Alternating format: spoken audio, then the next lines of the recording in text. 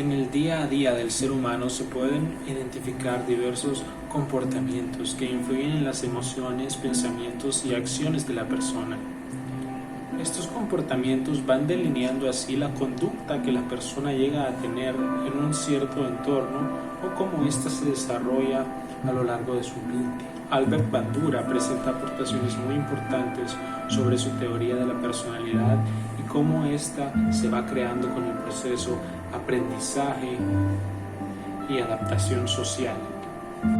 El conductismo clásico es muy importante en los postulados de Bandura debido a que al análisis de los resultados del conductismo clásico es que Albert Bandura presenta sus nuevas aportaciones a la teoría.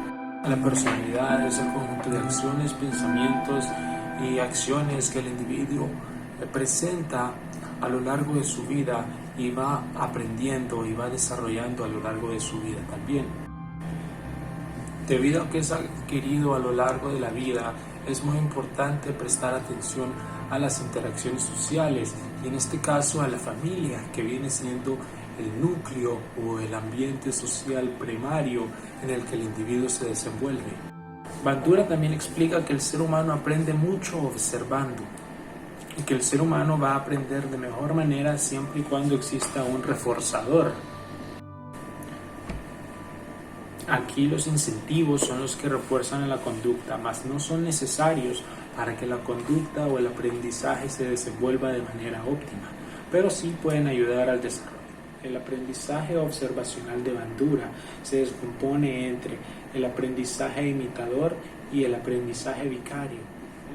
El aprendizaje vicario, siendo este el que se desarrolla al momento de observar las actitudes y las conductas de las diferentes personas, y así se modifica la conducta. En este caso se ve, se aprende, se modifica lo que se ve y luego existe la conducta.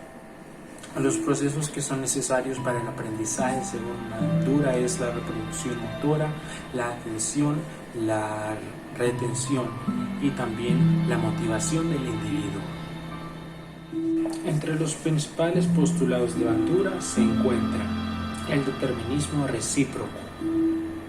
Este planteamiento se enfoca en la influencia directa que tiene la conducta sobre el ambiente, donde la conducta influye a cómo el ambiente se va a desarrollar alrededor de la persona.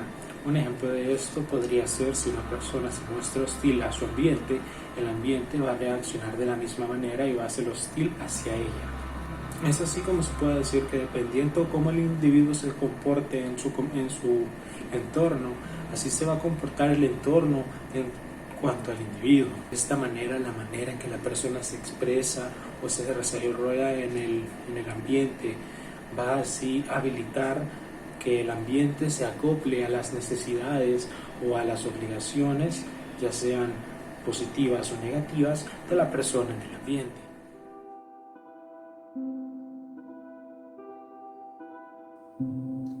Para Skinner, el estudio de la conducta es el principal propósito de investigación, limitándose a los hechos producidos. Es por esto que él no tiene una teoría de la personalidad, sino que explicó la conducta total de una manera descriptiva.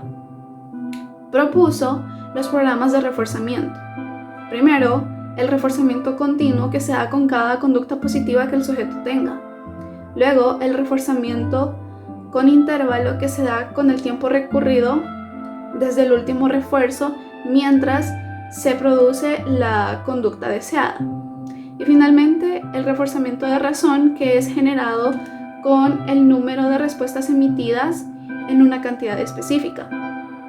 Para demostrar que se pueden aplicar los reforzamientos en las conductas, realizó el experimento del condicionamiento operante, que es un proceso en el que se ejerce control sobre un organismo en un medio por medio de la aplicación de los reforzamientos. Esto incluye flexibilidad y adaptabilidad.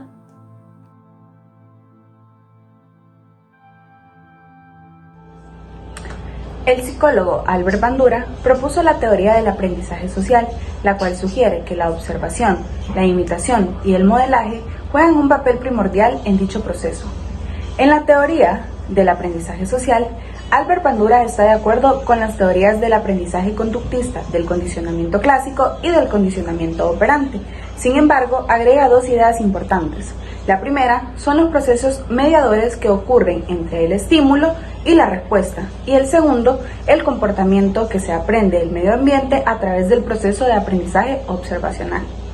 Aunque la teoría de Bandura también está fundamentada en muchos de los conceptos básicos de la teoría del aprendizaje tradicional, él creía que el concepto de refuerzo no podía explicar todos los tipos de aprendizaje. Los niños y los adultos a menudo muestran el aprendizaje de temas con los que no han tenido experiencia directa.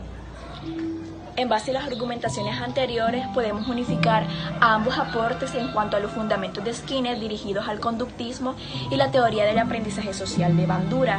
Partiendo de esto, podemos decir que en los aportes de Skinner sigue cierto principio, donde las personas responden una acción, es decir, donde el individuo repite una conducta que se ha reforzado positivamente y se abstiene de hacerla en caso contrario, en caso de que la respuesta sea negativa o sea castigada. Y al final se obtiene como resultado la modificación de la conducta. Por ejemplo, un niño que por primera vez aprende a ir al baño. Siendo esta conducta deseada, lo que se esperaría es un reforzamiento positivo, es decir, con un regalo o con gestos afectivos. En caso contrario, no pasará lo mismo. Y el niño aprendería a modificar su comportamiento. Es así como esta teoría es totalmente aplicable a la personalidad, ya que estos cambios o modificaciones en la conducta generan aprendizajes y en todo caso rasgos de la personalidad.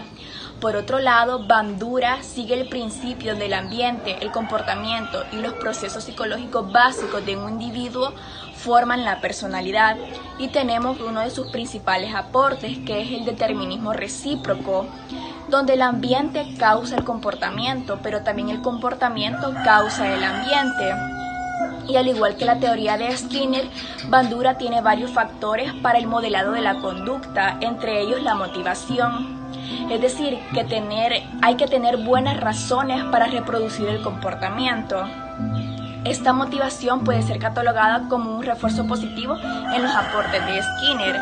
Es por ello que el determinismo recíproco, dependiendo de cómo el individuo se comporte, así reacciona a su entorno, y de esta manera la forma en que las personas se expresan permitirá al entorno adaptarse a las necesidades y obligaciones, ya sea de manera hostil o de manera empatizante. Ejemplos. Por ejemplo, en la iglesia como ambiente, el comportamiento que se esperaría es un comportamiento tranquilo y de respeto. Por otro lado, en el comportamiento causa el ambiente en el trabajo, cuando el jefe tiene un comportamiento fuerte, cuando el jefe tiene un comportamiento hostil, el ambiente que generará es un ambiente de desarmonía social, posiblemente un ambiente de estrés, un ambiente de poca relación social, etcétera. En general, pues un ambiente hostil.